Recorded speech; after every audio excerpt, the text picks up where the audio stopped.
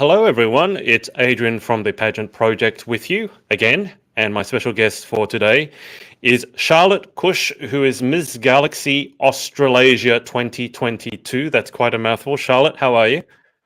I'm good. How are you? I'm doing very well. Would you like to regale the lovely listeners as to how you were complaining about the weather on the sunny Gold Coast before we went live? Look, I'm a hard woman to please, so I think it's just over 20 degrees to get today. There's not a cloud in the sky, yet I'm still wearing track pants right now. So, um, you can't please a Gold Coast person unless the weather's over 30 degrees. So, we'll manage. We'll manage just fine. Well, in that case, you're going to be more than happy in Texas. And have you seen the forecast for Texas? It's stinking hot. Apparently, it's It 38 degrees, I think. Yeah, well, it was 40. It was in the 40 degrees. And for Americans watching, if you're watching, we're talking about Celsius, not Fahrenheit.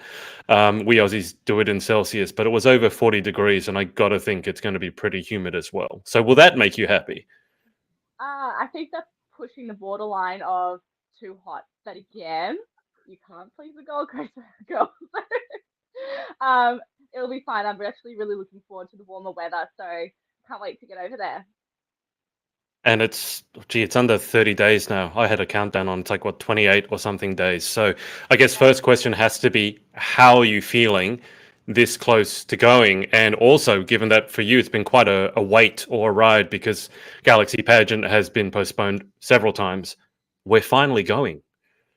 It's actually happening. I can't believe it. I was actually crowned in 2020, and then the week following after I got crowned, COVID hit and the whole world shut down. So, it's a massive breath of fresh air to finally be heading overseas to represent Australia, and I couldn't be more excited to go. I don't think I've ever been so prepared. With a 2 year wait. Um, you couldn't get more prepared than the Aussie girls right now. So yeah, really looking forward to it. It's been a long awaited trip to Galaxy. Yeah, that was the last time I traveled overseas. I think when you were competing in Australia Galaxy, I was overseas for UK Galaxy, and then the world as we knew it kind of ended. Why don't we start with your pageant history? I don't know how long or short it is, but how did you get involved in the crazy world of pageants to begin with? Well, it's actually a funny story. So I started about 8 years ago, and I was out on a night with my girlfriends, and there was a competition happening on stage, and I kind of walked past, and the owner, the particular manager of this modeling agency, was like, "Are you competing tonight?" And I said, "Oh God, no, absolutely not." And she goes, "Well, here's my card. Come back next week. We've got another set. Like, come back." Oh, this woman's absolutely bonkers. Like, what is she talking about? So I went home and I talked to my mum and I was like, "Mum, you'll never believe what happened." So I told her the story and I thought, what have I got to lose, really? So I ended up competing the next week. I ended up in a state final, my very first one, and the rest is history, really. So I grew an absolute love for this industry and the way that it evolves women and gives them so much power of creativity, and the incredible sisterhood that surrounds it as well. So I fell in love with the industry and I haven't looked back. What is the particular aspect of the industry that you liked? I mean, for some people, they love performing on stage. For other people, they love the competition itself. Is there any particular aspect that really grabbed you? Look, I'm a girl that loves sparkles, and I, Oh, okay. That's simple then. yeah, it's pretty simple. But I've made some incredible friendships, and that was definitely something that I saw from the first time that I stepped on stage. Is these remarkable women that I was surrounding myself with, who have so much drive and determination and passion for the things that they do. That I was like, I love this. I I couldn't believe how incredible, how tight knit these organizations are, and I'm so proud to be a part of something like this. It's phenomenal. Now, just in case you missed it, Chantel over here, over in WA, I think. Shah, you look beautiful. Hi Shan. Is Chantel going to Texas? I can't remember because we've had so much back and forth. She is going? Yes, and I'm so excited. Yeah, she's one of my sister queens, and we are actually the two that have decided to go to Texas from our crowning in Yeah, 2020. So Chantel and I are the two that have decided to continue on. The other two girls who were crowned in that year are Brie. She's actually expecting her first child probably any hour now. She's like 41 weeks. right. She's So ready. right now, okay. Yeah, and Jazz actually is aging up an age group, so I'm sure she'll be returning in the years to come. Yeah, it's hard to keep track because, Mm, especially with Galaxy, it's been in the running. I mean, the Australia, as you said, was back in 2020, but there was a lead up to that. So for many of the people competing, this has been like a 3 year journey. It's almost like the Olympics getting ready for this. But this is the Olympics. What are you talking about? well, the Olympics for pageant. How give me an idea? How big roughly is Team Australia going to be? Because I know Team UK fairly well, and Team UK also has a huge team. How big is Team Australia going to be? This is going to be the biggest year at Galaxy ever, and I don't know how poor Maria is doing this. So hi Maria, if you're watching. It'll be Um, fine. Remarkable. Uh, there's actually seven of us heading to Texas this year, so we have a team of seven, and I could be more stoked. I think having a bigger group of girls is wonderful. And a big shout out to Shakai and Kimbo as well, who have been our everlasting supporters throughout this whole thing. Those two women are incredible, and I can't wait to share this experience with them all. Is there any particular aspect of Texas that you're really looking forward to, aside from the weather, obviously, but Are we any talking aspect of the internally at competition? pageant? Are we talking pageant or once we're done? Because I really, really, really, really want to go to a steakhouse and eat like half a rack of ribs and and potentially ride a mechanical bull. It's on the bucket list. I will try my best, but that's external too. Uh, Within the pageant, I mean, one of the things that I've had to learn transitioning into pageantry was fashion or fun fashion. I had no idea what that was. So I had to learn on my feet really, really quickly. Um, so I actually really look forward to that kind of really creative aspect of all the Yeah. women that step on this stage because it really does allow us to get creative and show our personality. So that's probably the thing that I'm looking forward to most. Right. Okay. I'm in the same boat as you. When I first got into pageantry, and obviously I didn't know anything about fashion to begin with, and then they talked about fun fashion. I didn't really know what it meant because it was like, well, is that as opposed to serious fashion? You know what I mean? Like gown, evening gown. Are we Okay, got that. Swimsuit, are we wearing a understand. But suit? Yeah, exactly, like absolutely. fun fashion. So, can you give us, and obviously you guys keep your wardrobes very, like a state secret. Can you give us any hints as to colors or anything? I people Uh, are going to want to know this, Charlotte. Look, I am wearing the absolute rainbow this year. There's something from every color palette, and I think it's really important that you express yourself through color. So there's something from every different color. There's no, I didn't focus on just one. I tried to keep it really across the board. So it did kind of show my personality a lot, and I am super eccentric. So yeah, yes, there's color everywhere. I actually made my fun fashion myself. So it's taken close to 11 hours of individual crystalling of this outfit to get complete. So I'm very, very proud of that, and I'll be wearing it. Yeah, I'll be wearing that piece with a lot of pride. So many of you guys end up doing your own, particularly like, well, you talked about crystals or beading, and the girls will get out the hot glue guns and go. I don't know how you guys have the patience for that. It I would drive me cannot believe crazy. it drove me mad. There was a lot of coffee consumed during beating this outfit, but it looks spectacular, and I cannot wait to wear it. It's a work of art. So is my evening gown. My evening gown is an absolute work of art too, and I can't wait for that to arrive. So hopefully in the next few weeks that'll be here in Australia. Oh, you don't have it yet. No. Okay, it's going to arrive though, right? Because Yeah, previous to this, when we were thinking it was going to be in 2020, like the internationals, there were all these stories of girls ordering gowns and they hadn't because of COVID, obviously, and they got held up in shipping and customs and whatnot. Yours is definitely going to arrive on time, though, right?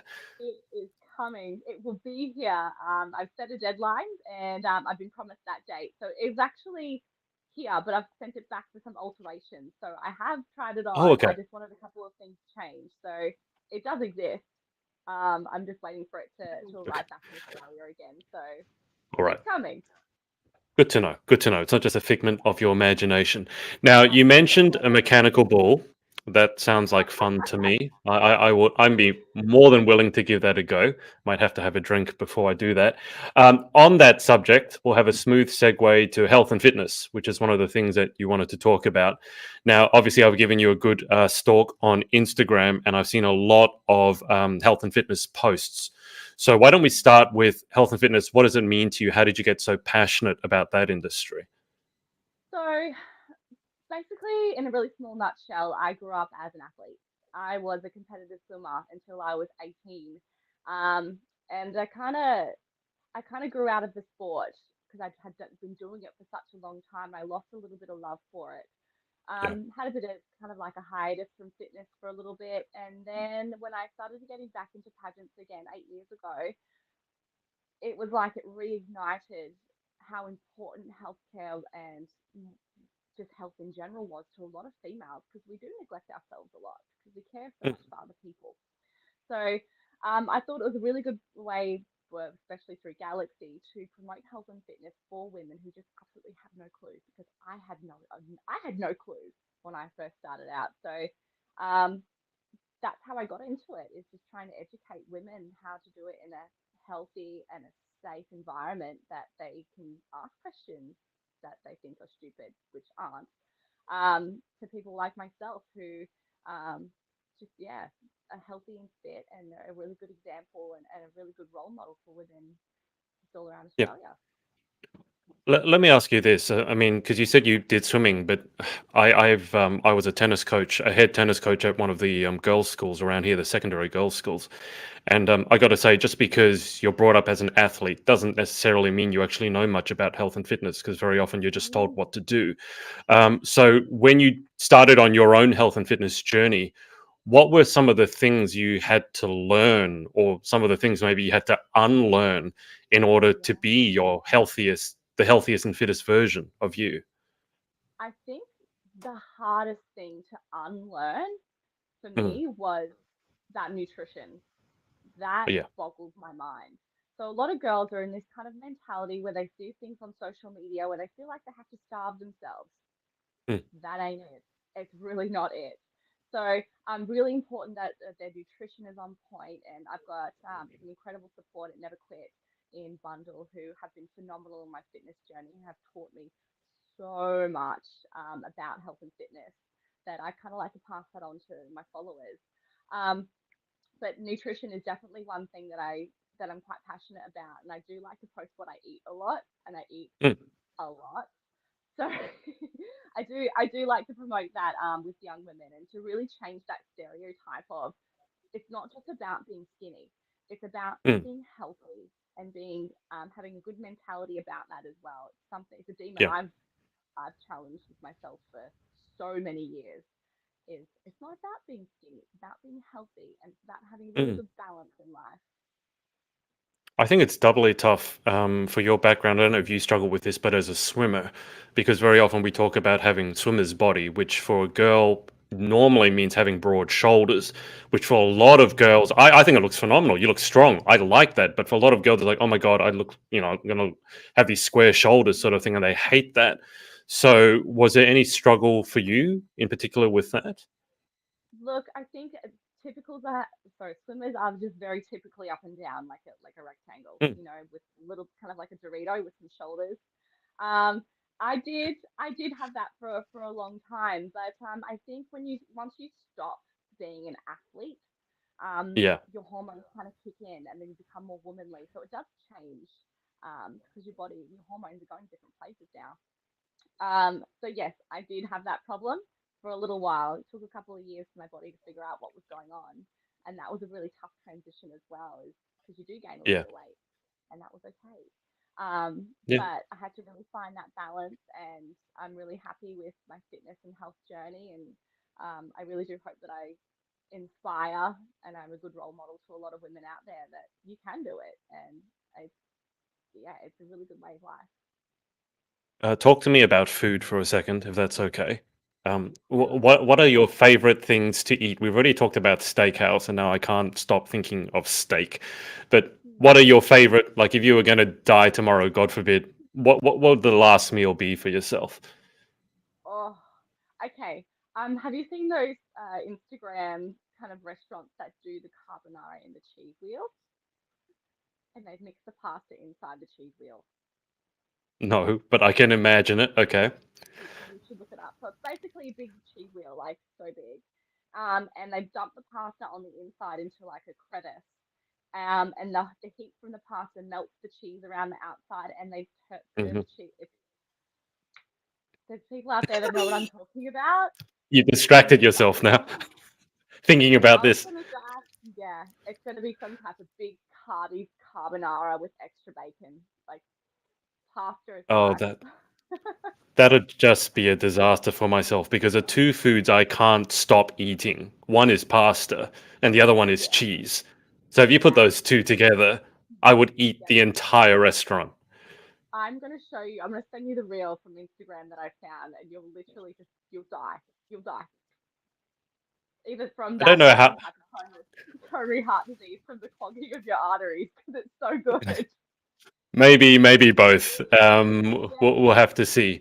Uh, okay, now that we've distracted ourselves with food, you mentioned that you, on a slightly different subject, you mentioned that you're about to do. You said a marathon. Is it this Sunday for the Cancer Council?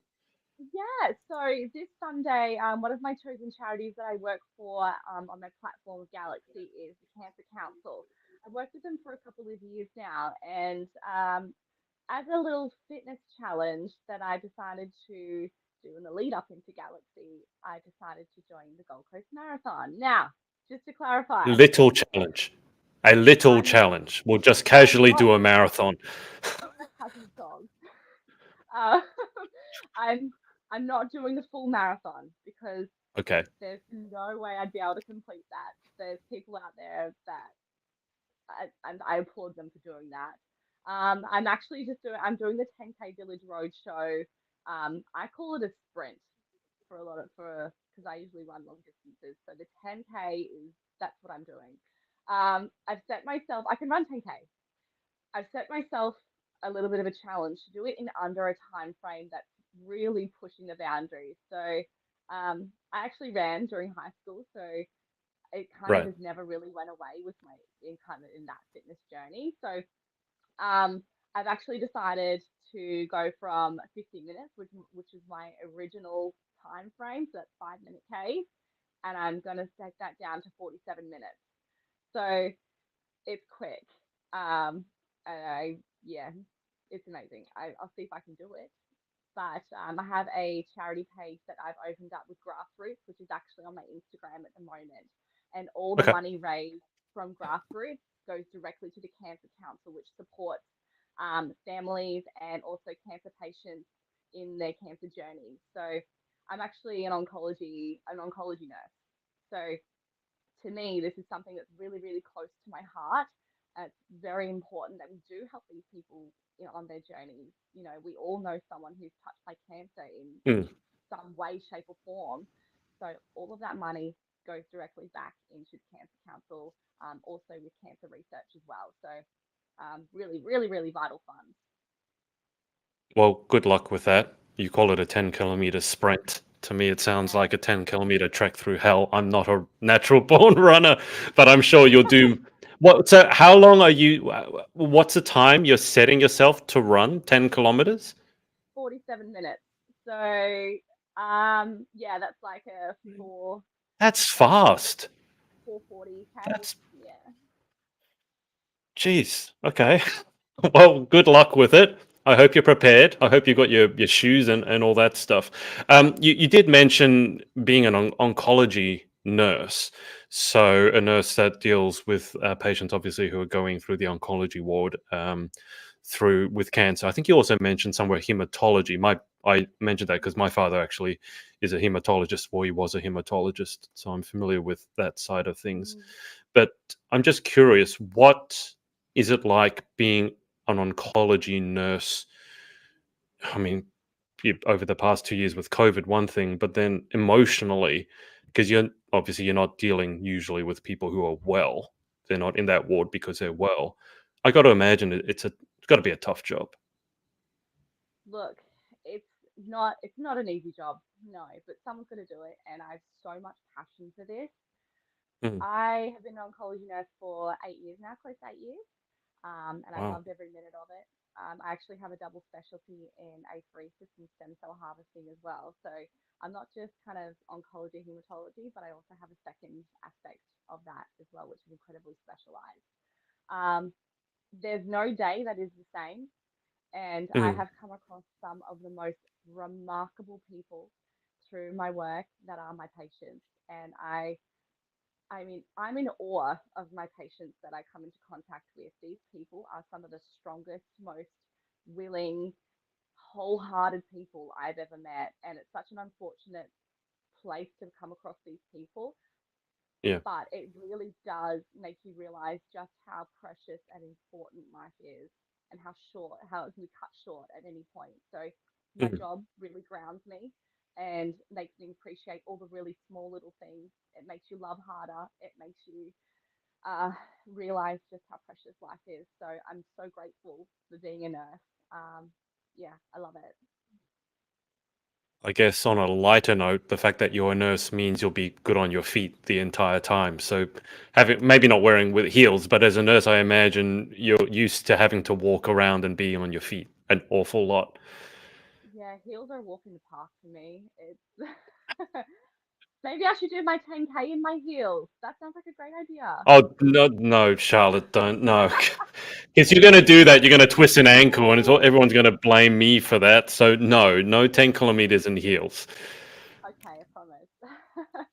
But yeah, nursing is an incredible job, and I must say that nursing during a pandemic was probably one of the most emotionally challenging and mentally Mm, challenging things that any nurse could have done. And it went from this strange kind of nurses being during the first wave initially, nurses being praised for what they were doing, and mm, then when the second wave came through, it got completely turned on its head where nurses were being isolated and when it was so for instance I was at the shop with one of my fellow friends who's also a nurse who works in emergency, and we were both wearing our uniforms, and there was a lady that came up into us in the shop and started abusing us for being nurses, and telling us that we were not welcome to do our food shopping. So what? that, yeah, so Why? that, yeah. So there was like this stigma that like because we worked in the healthcare industry that nurses were carriers of COVID, when in fact we're probably the cleanest people you'll ever meet. So It didn't a lot, start in the hospital. It was in society to yeah, begin with. I just hope that woman didn't suddenly need a hospital because it'd be like, well, that's karma for you. and it was really sad because she had her kids with her, and it's a really horrible thing Ugh. to instill in your kids that healthcare workers Hmm. were being carriers, but we're not. In fact, we're out Yeah. there trying to help our communities and make them better, and we're trying to make the community better. And yeah, that horrible kind of stigma where it got flipped on its head mentally played a big role in a lot of nurses' downfalls, and we were Yeah. burnt out. It was Oh yeah. it was a really tough time for us. So that's now gone, and yeah, it's tough. Being a nurse is hard, but I love it, and I wouldn't change it for the world. I wouldn't. Well, if I ever, because I do interview obviously a lot of pageant girls, and a lot of them think of becoming a nurse, and some of them are scared to do it. Some of them, I don't think, are quite aware of just how challenging a job can be. So I think if I ever interview another one, I'll get them to talk to you because obviously you've done it for 8 years, which Mm. I got to imagine for a nurse. I mean, both my parents are doctors, so they've worked with some nurses who have been their lifers. They're I bet 50, you 60 years can. old, still going strong, but it's a Yeah, tough occupation.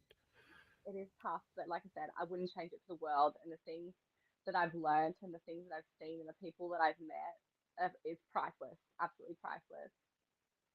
Yeah.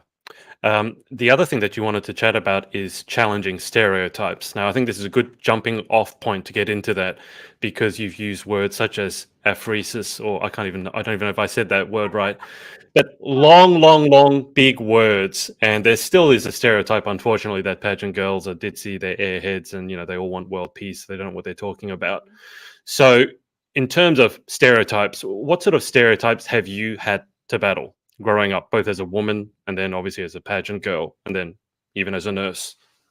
yeah, I think let's kind of focus around the pageantry part because when I tell people that I'm a pageant girl, they go, Mm, "What? You do what? And you're a nurse, but you're so well educated and so articulate. there you go. I'm sorry, what am I not meant to be?" So, um, I really kind of enjoy challenging that stereotype of someone who is educated and Mm. articulate and, you know, a high achiever. I love challenging that because it really does put people in their place and they go, oh, you're a pageant girl. So I really think that there's so many pageant girls out there that also challenge this kind of stigma of pageant girls being absolute airheads, which is so totally not true. Mm. I have some of the most incredible pageant friends that have double degrees as well, and it's it's so empowering as a woman to be so knowledgeable and educated about something and so passionate. It can be quite intimidating to a lot of people, but I find it quite powerful. Do you, as an Australian pageant queen in particular, do you have any ideas as to where that stereotype comes from? Was it from Miss Congeniality? Was it from something else? I think so.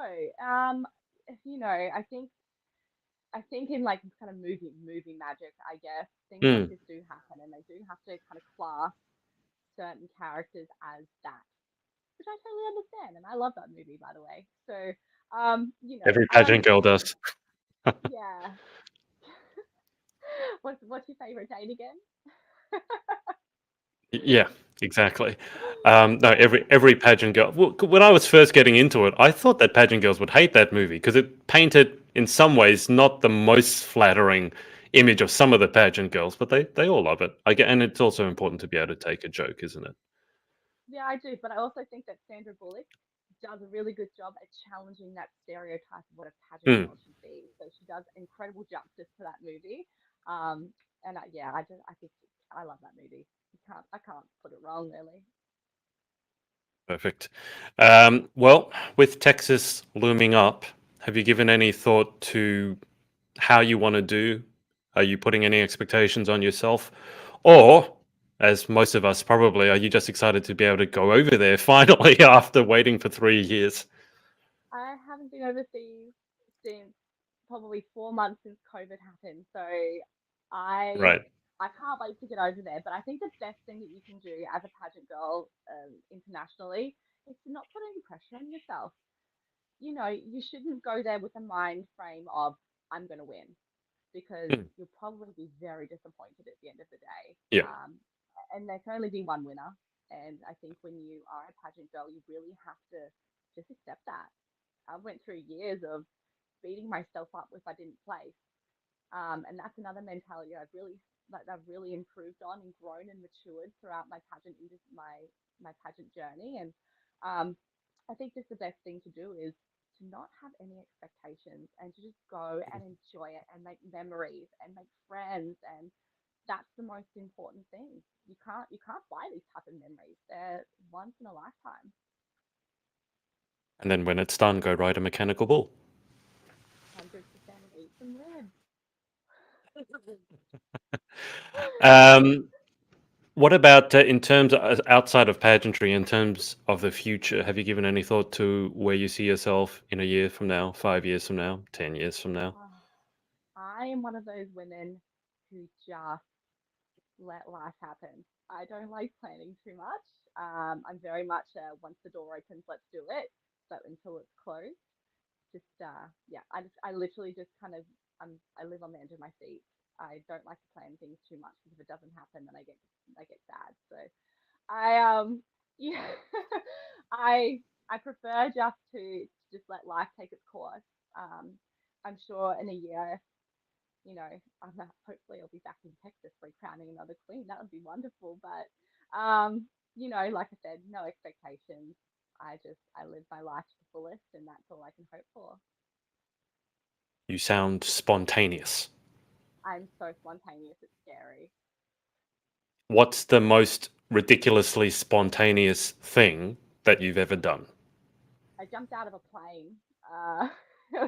Woke up With one a morning, parachute, decided I hope. well, yeah. Well, I'm still here to tell the tale, so I suppose, Yeah. yeah. Yeah, I just woke up one morning, decided I was going to throw myself out the plane, and I did. Was it a slow day? Nothing else to do? I mean, no. But like I said, I'm spontaneous, and I'm a bit of an adrenaline junkie as well. So I like anything that gets kind of my heart pumping and that creates a memory, then let's go do it. Okay. Well, that certainly explains a mechanical bull then. Charlotte, That's just, not spontaneous. well, we can make it spontaneous. We'll find a way to make it fun and spontaneous. Just before we go to the close, is there anyone that you want to give a shout out to? Oh, oh my goodness. Hi, Mom. I'm sure she'll be listening at some stage. My Oh, mum and my dad, I just want to say a big thank you to them because without them, I wouldn't be the woman I am today for all their support and their encouragement and the times they've just told me that I'm absolutely nuts. Thank you. Um, Big hello to my friends as well. They've been massive supports of mine from day one. So, hey, girls, you know who I'm talking about. Um, my brothers and my sister. I want to say a big thank you to all of you. Also, my sister-in-laws, and I can't wait to go to Texas. sounds good to me. You and me both. I'm looking forward to escaping the chilly weather we're having right now. All Yeah. right. Charlotte, we always end with the same 10 questions. What I've decided to add to it is a bit of a twist. I'm going to give you only 1 minute to answer as many of the final 10 questions as you can. So, in order to help you, I will bring it up on screen. And there's the 1 minute. I will start the timer at the end of the first question. And your job is to try and get through as many of the 10 questions as you can. Okay. All right. Go. Okay. So, here we go. What is your favorite word? Bamboozled. What is your least favorite word? Oh, my brother's gonna hate me for this. It's the word moist. I In hate that life, word. what gets you excited or what turns you on? Food. Food gets me What excited. turn what turns you off? Traffic. Sitting in traffic. What sound or noise do you love? The sound of the microwave when it sings when your food is ready. What sound or noise do you hate? Um. Oh, that's a hard one. Oh, can we pass? I don't know about that one. Okay. What superpower would you like and why? Turn back time because I mean, there's lots of things I'd like to change, but also I'm so grateful for things that have happened. So time travel. What job would you like to attempt? Oh, Okay. Oh, do I get to answer that one? yes, you can answer that one. Okay. I would say that if I had my time again, which doesn't mean that I don't, I'd actually go back and be a couture evening gown maker. So I would actually go and make one-off couture bridal gowns, which is something that spikes my interest. I think they're really beautiful and a really nice time, a really nice thing to have such a special place Mhm. in someone's day. So I'd go back and be seamstress, strangely enough. Well, I've seen some of the gowns, particularly obviously in the world of pageantry, and the gowns are insane. When you look at the work and the craftsmanship that goes into them, they are absolutely insane and not very cheap, I might add, but well worth the price. Yes. Well, Charlotte, that's about it. I guess thank you for coming on, but best of luck. I mean, I'll be seeing you in Texas very, very soon. Yeah, can't wait.